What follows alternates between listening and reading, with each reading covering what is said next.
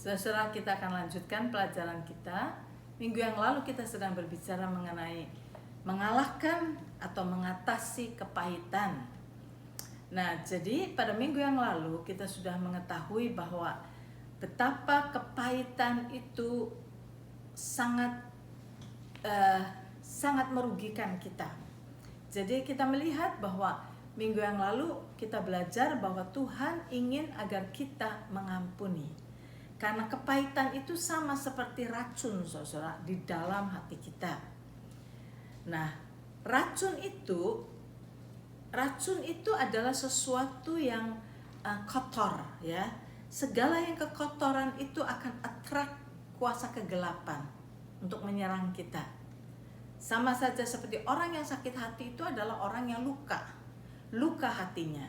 Dan kalau luka itu terus saja dibiarkan, saudara, maka saudara tahu luka itu akan attract lalat, ya.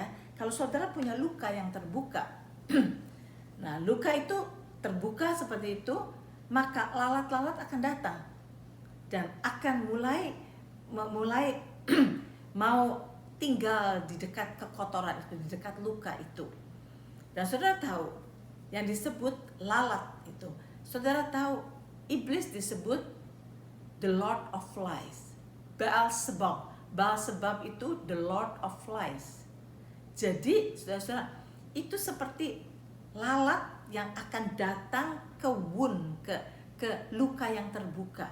Demikian juga orang yang sakit hati itu seperti lalat yang seperti luka yang terbuka gitu. Kalau kita tidak cepat-cepat mengampuni, tidak cepat-cepat membuat luka kita itu sembuh, ya, dengan cara mengampuni, maka itu akan menarik kekuasaan iblis untuk bekerja di situ. Sebab itu saudara, Tuhan berkata ampuni semua orang yang bersalah pada kita. Nah saudara, mari kita melihat sekarang. Kita sudah tahu bahwa kalau kita tidak mengampuni, maka kita akan disiksa, akan ada penyiksa datang ke dalam hidup kita. Nah itu adalah kuasa kegelapan. Penyiksa itu bisa memberikan penyakit dengan siksaan, penyakit yang tidak bisa sembuh, kanker, macam-macam, saudara. Ya itu yang akan menyiksa kita.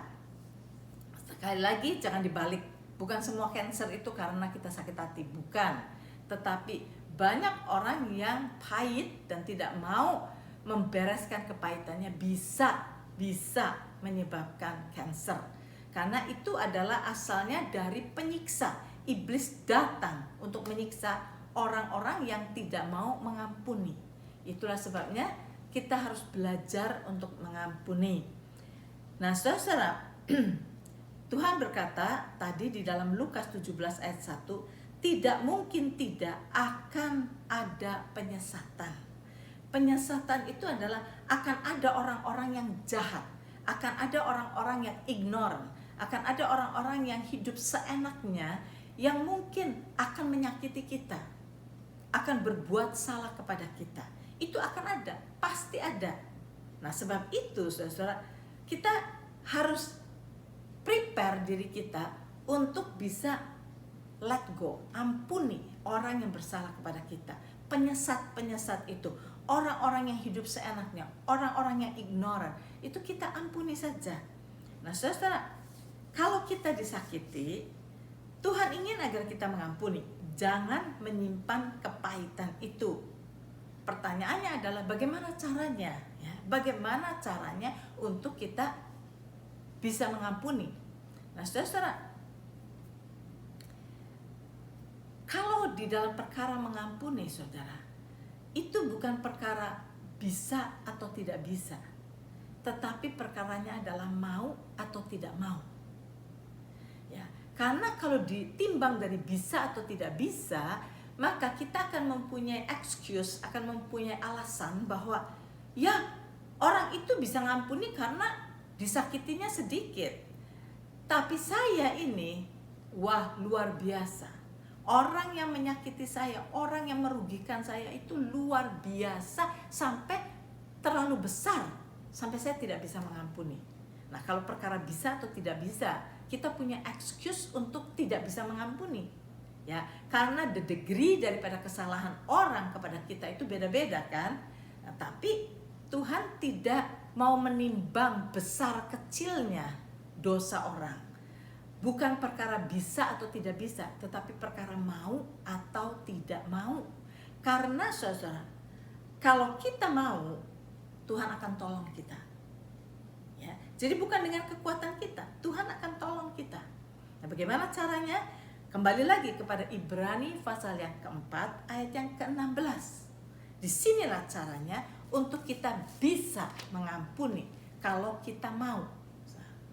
Jadi yang penting pada saat kita merasa sakit hati, kita harus punya kemauan dahulu. Saya mau Tuhan untuk mengampuni, tapi saya tidak bisa, tapi saya mau, gitu kan? Jadi perkaranya bukan bisa atau tidak bisa, mau atau tidak mau. Kalau saudara bisa, maka mari kita baca di dalam Ibrani pasal 4 ayat yang ke-16. Sebab itu, marilah kita dengan penuh keberanian menghampiri tahta kasih karunia, supaya kita menerima rahmat dan menemukan kasih karunia untuk mendapat pertolongan kita pada waktunya. Nah, ayat ini, saudara, kalau saudara mau bayangkan ayat ini seperti ini. Ada yang disebut tahta kasih karunia. Tahta kasih karunia itu adalah tahta Tuhan, di mana setiap kita bisa datang masuk ke dalam tahta kasih karunia itu. Dan disitulah Tuhan akan memberikan kepada kita pertolongan. Ya. Apapun yang kita butuhkan, saudara, pertolongan Tuhan sudah disediakan. Itu yang disebut kasih karunia atau the grace of God. The grace of God di dalam hal yang sekarang sedang kita pelajari itu, the grace of God itu sama dengan pertolongan ilahi. Ya. Nah, jadi the grace of God itu bentuknya macam-macam. Oke. Yang penting the grace of God itu pertolongan dari Tuhan. Kalau kita misalnya lagi kehilangan pekerjaan, ya, Tuhan akan memberikan His grace atau pertolongannya kepada kita supaya kita bisa dapat kerjaan. Pada saat kita di dalam kekurangan, kita datang ke tahta kasih karunia Tuhan. Tuhan by His grace, dengan kasih karunia-Nya, Dia akan memberikan kepada kita pertolongan.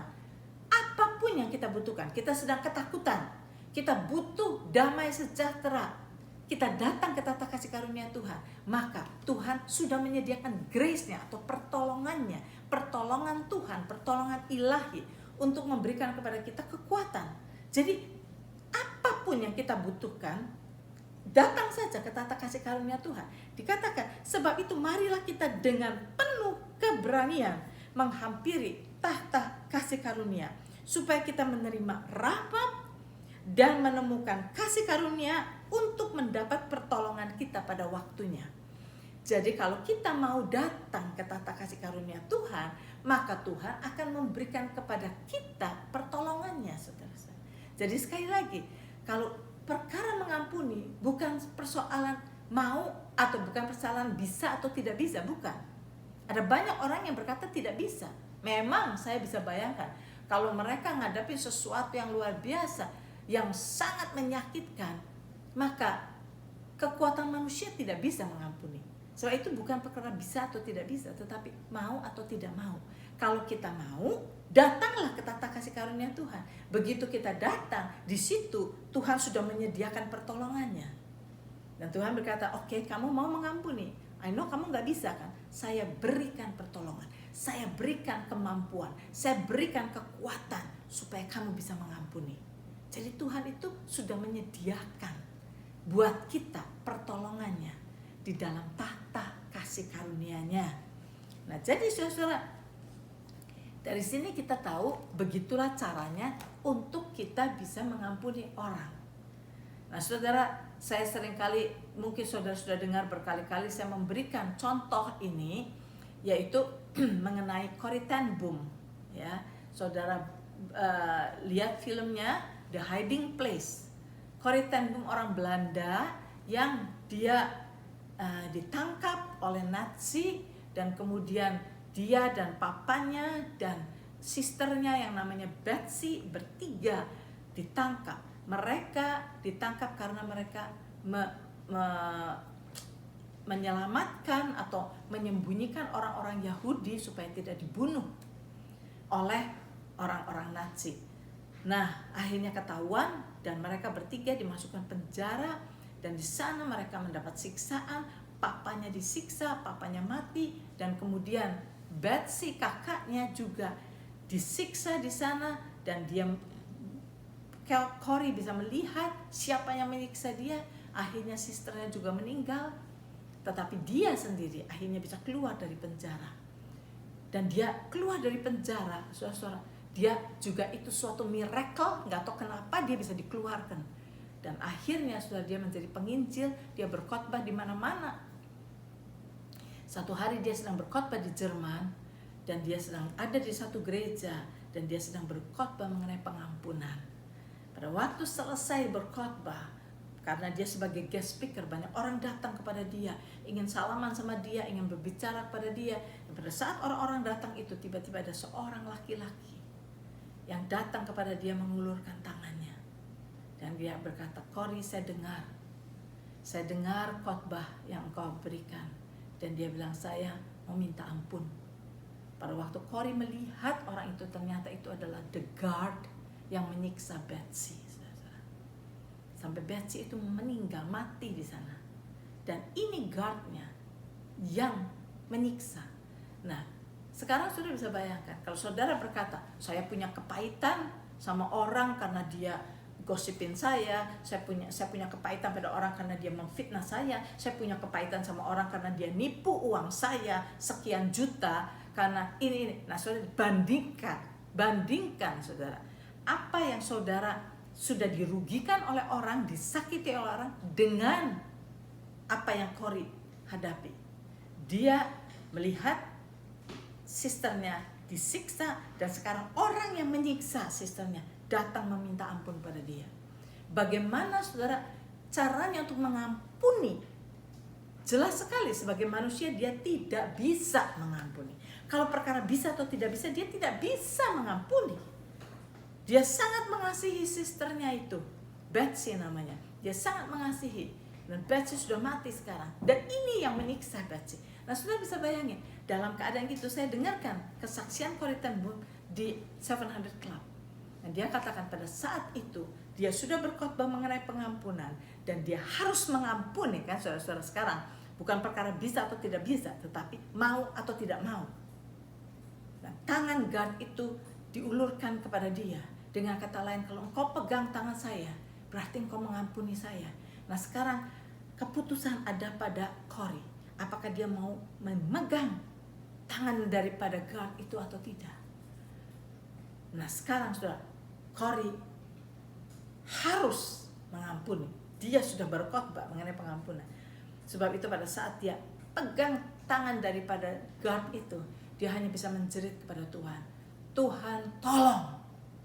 Dia katakan, saya mau ampuni, tapi Tuhan tolong. Dan saudara, pada waktu itu juga dia katakan bahwa dia merasakan aliran hangat dari atas kepalanya turun mengalir kepada tangannya. Itu adalah aliran kasih Tuhan mengalir melalui tangan dia kepada guard itu, saudara. Dan di situ, saudara, dia benar-benar dibersihkan dari kepahitan itu, dan dia benar-benar mengampuni guard itu, bukan karena kekuatan dia, tetapi karena dia meminta pertolongan Tuhan. Pertolongan Tuhan itu adalah grace. Grace adalah pertolongan ilahi yang diberikan kepada dia karena dia minta kepada Tuhan. Nah, saudara, kita harus belajar di dalam kelemahan kita, apapun kelemahan kita, saudara. Tuhan berkata, marilah, kata Tuhan, datanglah dengan penuh keberanian menghampiri tahta kasih karunia Tuhan. Disitulah Tuhan akan memberikan kepada kita pertolongan pada waktunya, tepat pada waktunya. Tidak akan terlalu pagi dan tidak akan terlambat. Tuhan akan berikan kepada kita pertolongannya. Jadi saudara, inilah yang harus kita belajar untuk kita bisa mengampuni. Ada yang disebut tahta kasih karunia. Ada yang ada suatu tempat di mana kita tinggal datang dan meminta pertolongan Tuhan, dan Tuhan berikan pertolongannya kepada kita sehingga kita dimampukan oleh Tuhan untuk bisa melakukan apa yang Tuhan suruh kita lakukan. Nah sekarang saudara, mengapa Tuhan ingin agar kita mengampuni? Yaitu agar supaya hati kita dibersihkan, saudara. Jangan sampai hati kita menjadi kotor.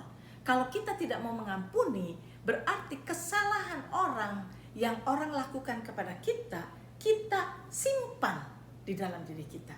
Nah, saudara tahu, kejahatan orang yang orang lakukan kepada kita, baik dia mengkhianati kita, baik dia menggosipkan kita, baik dia menipu uang kita, baik dia seperti Corrie ten Boom, sisternya dibunuh dan sebagian disiksa dan sebagainya, itu adalah kejahatan orang. Itu semua kejahatan orang itu adalah seperti racun yang dimasukkan ke dalam kita.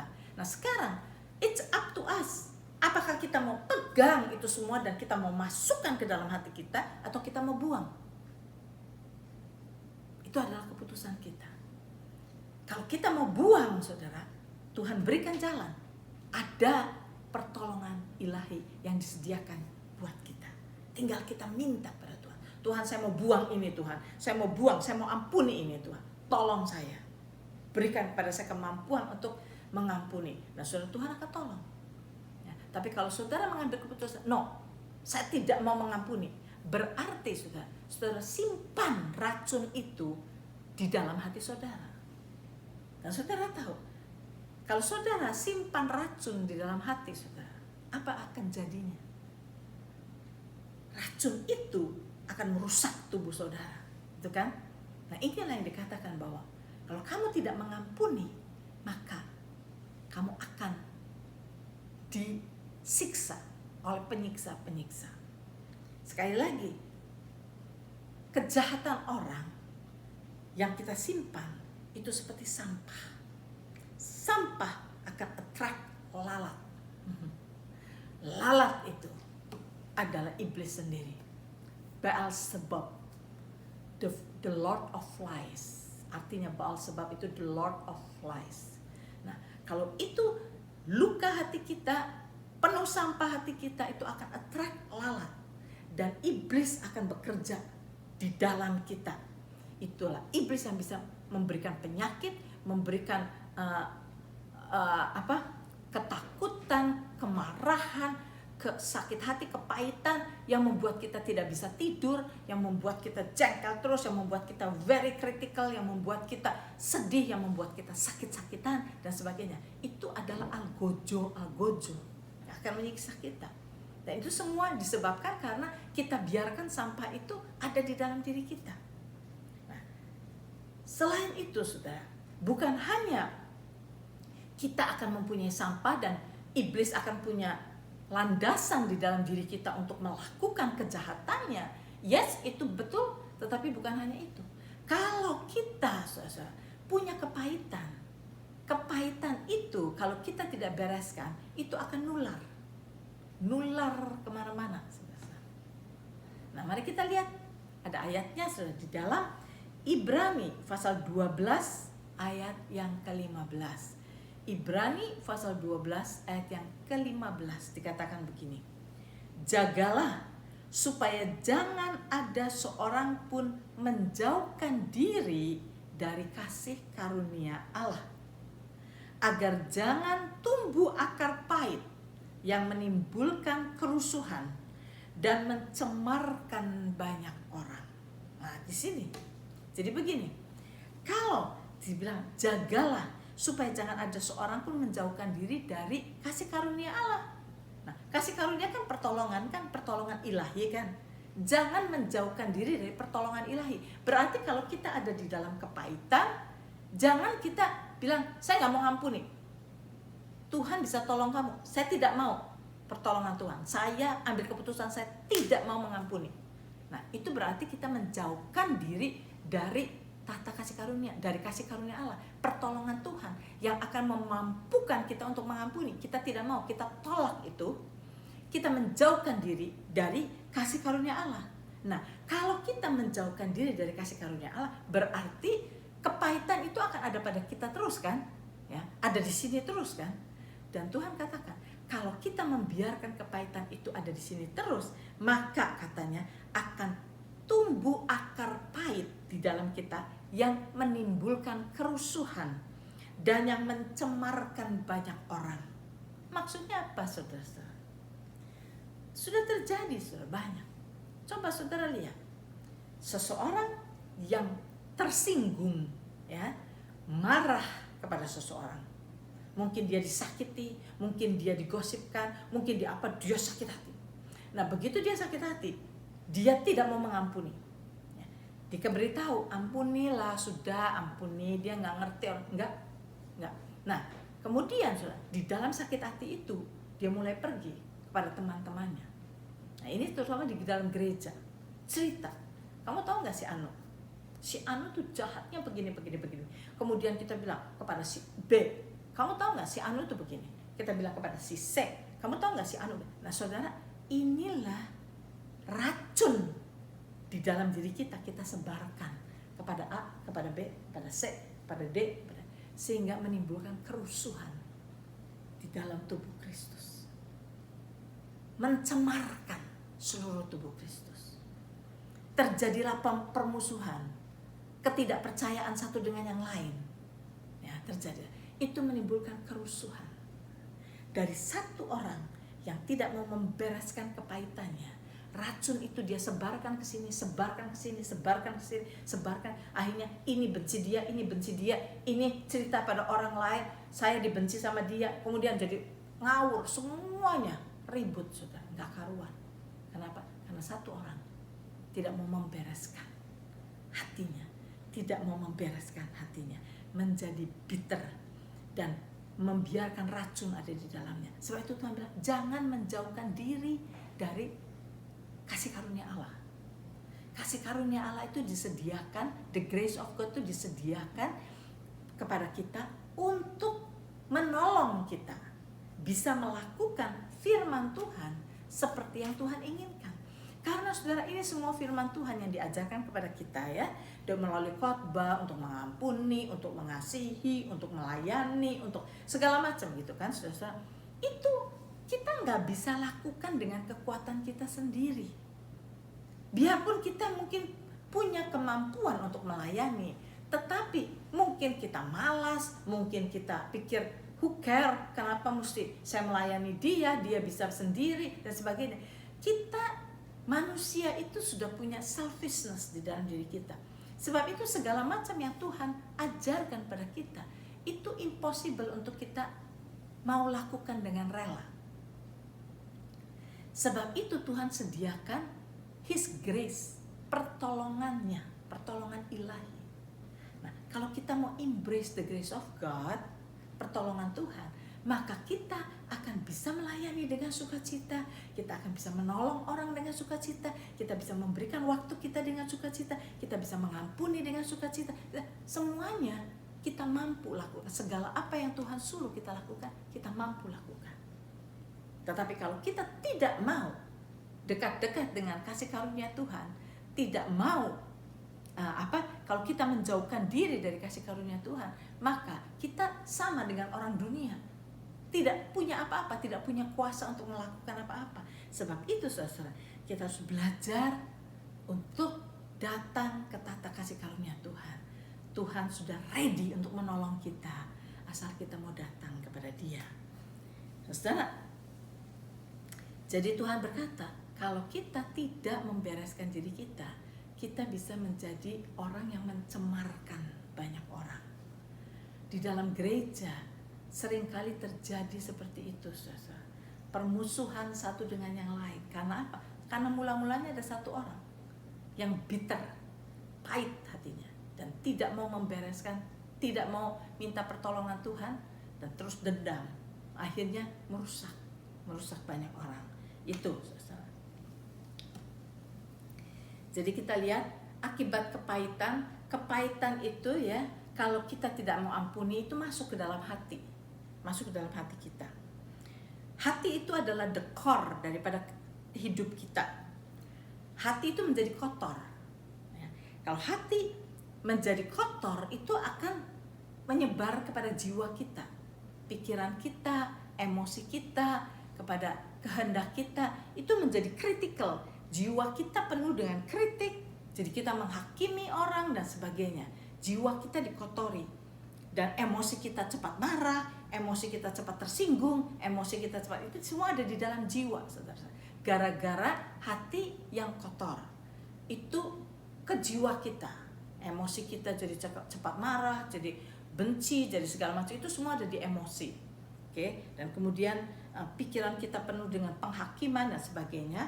Nah, kemudian dari itu semua bisa mengakibatkan tubuh ini jadi lemah, tubuh ini jadi sakit. Itulah sebabnya kalau saudara kemarin saya berikan, minggu yang lalu saya berikan ciri-ciri daripada orang yang punya akar kepahitan itu, antara lain adalah mukanya sedih, mukanya kecewa, itu emosi yang menyebabkan mukanya seperti itu. Pembicaraannya sarkastik, kemudian dia nggak bisa percaya orang, ya, dia nggak bisa percaya Tuhan, kemudian sering sakit-sakit. Itu semuanya itu di tubuh, jiwa, semuanya dipengaruhi oleh kepahitan yang ada di dalam hati. Nah, jadi bagaimana to overcome bitterness? Tuhan mengajarkan kita untuk mengalahkan kepahitan dengan jalan pembaharuan budi, seperti yang dikatakan dalam Roma 12 ayat yang kedua. Be ye transformed by the renewing of your mind. Apa yang saya sedang berikan kepada saudara adalah firman Tuhan, yang kalau saudara mau terima dan kemudian saudara renungkan, kunyah itu akan mentransformasi pikiran saudara. Dari who care dulu ya, kalau saudara disakiti, saudara bilang, ngampuni, saya nggak mau ngampuni. Nah, itu kan cara berpikir yang lama. Saya nggak mau ngampuni, enak saja dia diampuni, gitu kan? Kita pikir enak aja dia diampuni. Dia sudah jahat begitu, saya nggak mau mengampuni. Itu adalah cara berpikir yang lama. Banyak orang berpikir bahwa kalau kita mengampuni orang itu keenakan. No, saudara-saudara. Tuhan berkata begini, jangan membalas kejahatan dengan kejahatan. Saudara tahu ayatnya? Mari kita buka sama-sama. Oke? Mari kita baca dari Roma pasal yang ke-12 ya, kalau nggak salah ya. Mari kita lihat. Seingat saya Roma pasal yang ke-12. Nah, dikatakan di sini,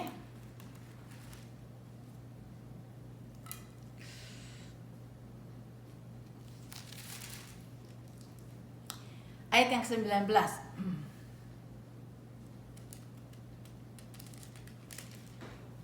Ayat 19 dikatakan. Dari ayat 18 boleh. Roma 12 dari mulai ayat 18 sudah bisa. Sedapat-dapatnya kalau hal itu bergantung padamu, hiduplah dalam perdamaian dengan semua orang. Saudara-saudaraku yang kekasih, janganlah kamu sendiri menuntut pembalasan, tetapi berilah tempat kepada murka Allah, sebab ada tertulis, pembalasan itu adalah hakku, kata Tuhan. Akulah yang akan menuntut pembalasan, firman Tuhan. Nah, sekarang saudara-saudara, jadi kita lihat di sini. Banyak orang berpikir begini, orang yang berpikir secara dunia yang belum ditransform oleh firman Tuhan. Banyak orang berpikir begini, saya tidak mau mengampuni orang itu, orang yang jahat itu. Saya nggak mau ampuni, karena kalau dia diampuni, dia enak, keenakan dia. No, saudara-saudara, nggak keenakan, saudara-saudara. Karena pembalasan itu ada, dan yang akan membalas itu Tuhan. Jadi saudara mengampuni atau saudara tidak mengampuni, itu akan ada pembalasan. Akan ada pembalasan. Pembalasan itu kata Tuhan haknya Tuhan, bukan haknya kita. Oke? Nah, sekarang kalau kita tidak mengampuni, yang rugi bukan dia, yang rugi adalah kita. Karena kalau kita tidak mengampuni, gambarannya begini, saudara-saudara. Yang jahat kan dia, oke? Dia berbuat jahat kepada kita, kejahatan dia yang dilontarkan kepada kita itu sama seperti sampah, sama seperti racun. Kejahatannya dia, dosanya dia yang diarahkan kepada kita itu sama seperti racun. Nah, racun itu kita tangkap, kita masukkan ke dalam hati kita. Padahal itu racunnya siapa? Racunnya dia. Dosanya kita bukan, dosanya dia. Tapi kesalahannya kita, kalau kita tidak mau mengampuni, berarti kita tidak mau buang racun itu. Tapi kita mau ambil racun itu dan kita simpan di dalam hati kita. Jadi yang rugi kita, padahal yang jahat dia, itu kan? Nah, jadi saudara, mengampuni itu bukan menguntungkan dia, bukan, menguntungkan kita. Yang berarti bahwa racunnya dia tidak kita simpan. Tetapi kalau kita tidak mau mengampuni, kita sudah menelan racunnya dia, kita telan dan kita simpan di sini, yang akan menjadi penyakit buat kita. Jadi saudara, mari kita lihat, inilah mempelajari firman Tuhan itu adalah untuk mentransformasi pikiran kita. Karena cara berpikir dunia, kita pikir kalau kita mengampuni itu rugi. Itu cara berpikir dunia. Tetapi kalau kita mengerti dari firman Tuhan, itu mengampuni itu menguntungkan kita. Soal dia itu urusan Tuhan. Dia tahu Tuhan tahu bagaimana membalas dia dengan kuasanya, dengan hikmatnya. Sebab itu marilah kita belajar untuk mengampuni. Ya, jadi untuk kita belajar overcome bitterness itu dengan mau ditransformasi oleh firman Tuhan. Seperti hari ini firman-firman yang saya berikan pada saudara, Tuhan berkata begini, do not be conformed by the world. Itu Roma 12 ayat 1 dan 2. But be ye transformed by the renewing of your mind. Kalau kita mau dikonform oleh dunia, mau dibentuk oleh dunia ini, dunia bilang jangan ampuni, biarin dia. Kalau kamu ampuni kamu rugi, itu kata dunia. Jangan dibentuk oleh dunia. Tuhan berkata, but be ye transformed by the renewing of your mind. Transformasi itu datang dari firman Tuhan. Kalau kita mengerti firman Tuhan bahwa ternyata mengampuni itu adalah keuntungan buat saya. Mengampuni itu berarti kita buang racunnya dia. Jadi kita tidak menelan racunnya dia. Itu salahnya dia, itu dosanya dia, itu kejahatannya dia. Kenapa kita telan? Kenapa kita masukkan ke sini? Jadi kalau kita mengerti dari sudut pandangan Tuhan, dari biblical point of view, maka kita akan ditransformasi. Forgive, itu urusan dia, itu urusannya Tuhan. Pembalasan adalah hak Tuhan. Jadi gitulah kita caranya untuk overcome bitterness, saudara. Overcoming bitterness adalah to give up the spirit of revenge. Kita give up the spirit of revenge. Roh yang membalas dendam itu kita buang dari diri kita. Kita usir roh yang mau mencengkam kita, yang mengatakan kamu balas dendam, kamu balas dendam. Itu adalah roh iblis. Kita buang dia. Kita buang, give up, menolak roh yang mengajari kita untuk balas dendam. Kita buang itu. Kita tidak mau dikuasai oleh iblis. Kita harus diubah dengan pembaharuan cara kita berpikir. Nah, saudara, sampai di sini dulu. Kita akan teruskan minggu depan lagi.